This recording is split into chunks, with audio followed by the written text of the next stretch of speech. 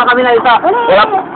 Tol, na kami na sa bigo. Nasa kami na tumapakay. Kalisa. Oh, teka, dito po kami. Kalisa na sa bigan. Oh, ano po mga kami nyo?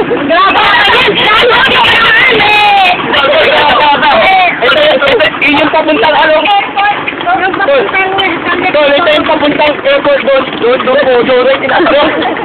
Doon, mababasa nyo naman dyan. Jollibee tayo. Malaki tayo.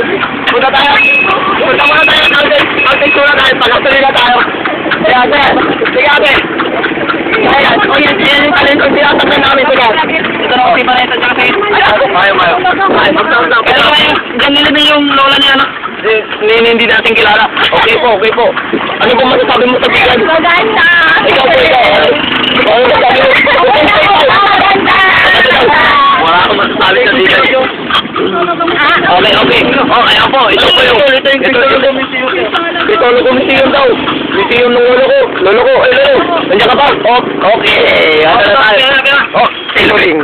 Pagawaan ng Diyos. Pagawaan. Oh, tailor na. Taller. Pagawaan ng kotse.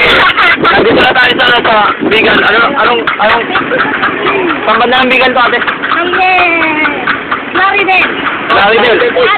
Nasa Laridel na po tayo. Bigan.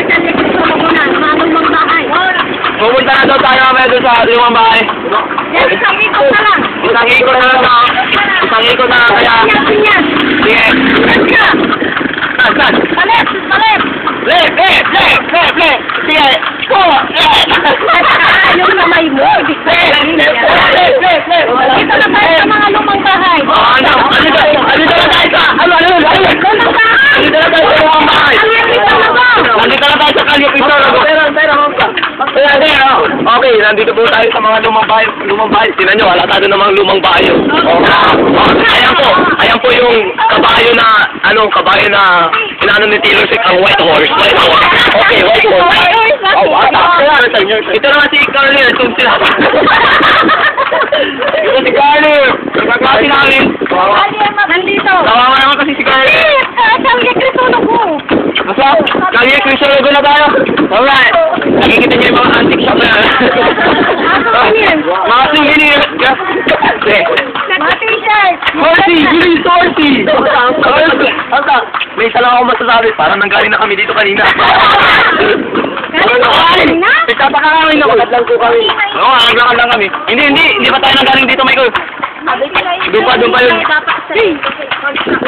Oh, may picture daw. May pinipicture tayo mga tao dito sa bigan. Nakatulad rin. Kamu katulad namin. Ano mga? Nakatulad namin. Mga tourists.